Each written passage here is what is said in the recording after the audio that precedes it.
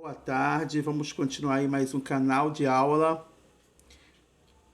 Enfermagem do Saber com o professor Eduardo Paulino, dando continuidade na administração de medicamentos. Vias de administração de medicamentos. Vamos começar falando das vias parenterais, que são aqueles medicamentos administrados diretamente na corrente sanguínea, onde são absorvidos primeiramente pela corrente sanguínea, depois é metabolizado pelo fígado e distribuído no organismo, onde irá iniciar o seu mecanismo de ação. A via intradérmica, que é a primeira que nós vamos falar, é conhecida como ID, tá? ID, via intradérmica. É via muito restrita, usada em pequenos volumes de medicamentos e soluções administrado na derme, tá? Que é a pele, não tendo a necessidade e a obrigatoriedade de ser diluída, simplesmente aspirada com agulha 40x12 e trocar a agulha usando a 10x5 ou 13x4,5 com a seringa apropriada de 1 ml para ser administrada.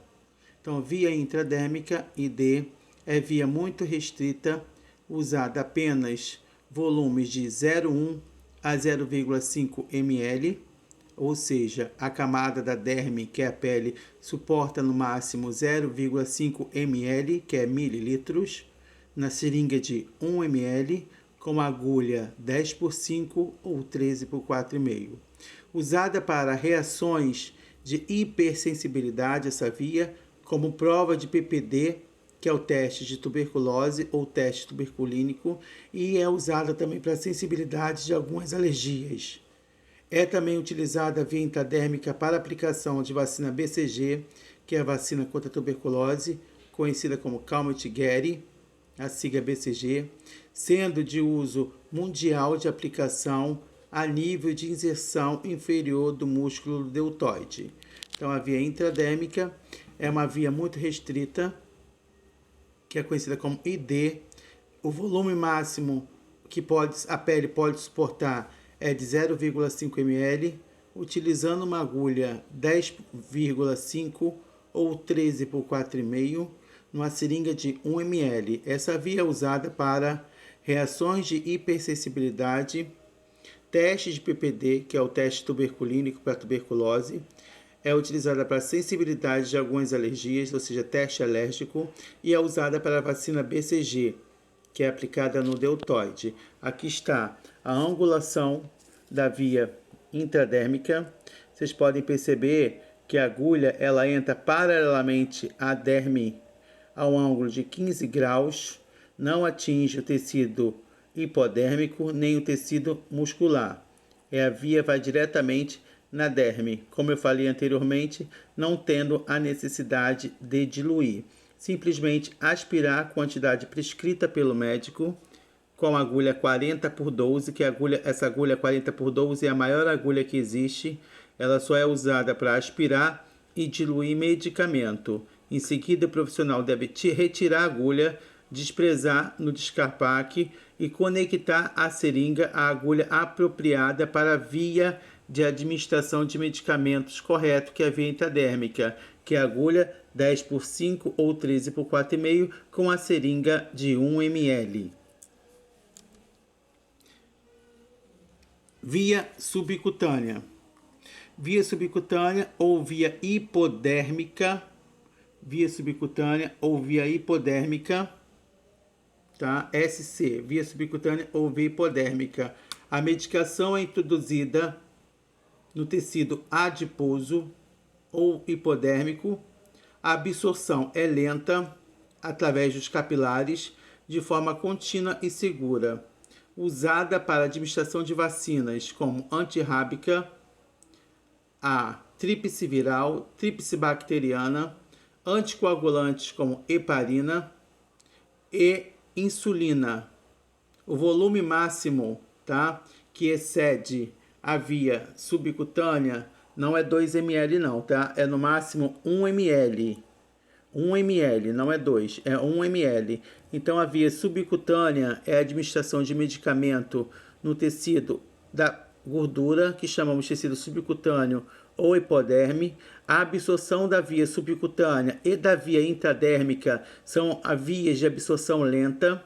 Nós usamos a via subcutânea ou via hipodérmica, que é a mesma coisa, para aplicação de vacina antirrábica, tríplice viral ou tríplice bacteriana. Usamos para aplicar anticoagulantes, que são medicamentos para afinar o sangue, como a heparina, o Clexane. E usamos hipoglicemiantes via oral, por via subcutânea, que é a insulina. O volume máximo de líquido que deve ser administrado no tecido adiposo é 1 ml. A seringa também é de 1 ml com agulha 10 por 5 ou 13 por 4,5. Aqui estão os locais para a administração de medicamento por via subcutânea. Nós temos o braço, aplicar na região posterior e externa do braço, no espaço entre os 3 dedos abaixo do ombro e 3 dedos acima do cotovelo. Então você pode aplicar aqui, ó, na parte posterior do braço, a via hipodérmica. Você pode aplicar na região abdominal anterior, tanto nos flancos direito como nos flancos esquerdo, na parte posterior e interior da coxa. Pode aplicar aqui na parte interior e posterior da coxa. Pode aplicar também no glúteo, tá? Na parte anterior do braço e externa do braço. Pode aplicar na parte interna e externa do braço a via subcutânea e também pode aplicar na região escapular. Essas são os locais a qual nós podemos aplicar a via subcutânea: braço, parte interna e externa. O abdômen. No abdômen você pode aplicar na região dos flancos direito e esquerdos, na região mesogástrica ou periumbilical. Na coxa você pode aplicar na parte interna e posterior da coxa. Nas nádegas você pode aplicar a injeção subcutânea ou hipodérmica e na região escapular também, sabendo que não pode se ultrapassar o volume máximo de 1 ml no tecido adiposo, onde usamos muito para aplicar o quê? Insulina para paciente diabético.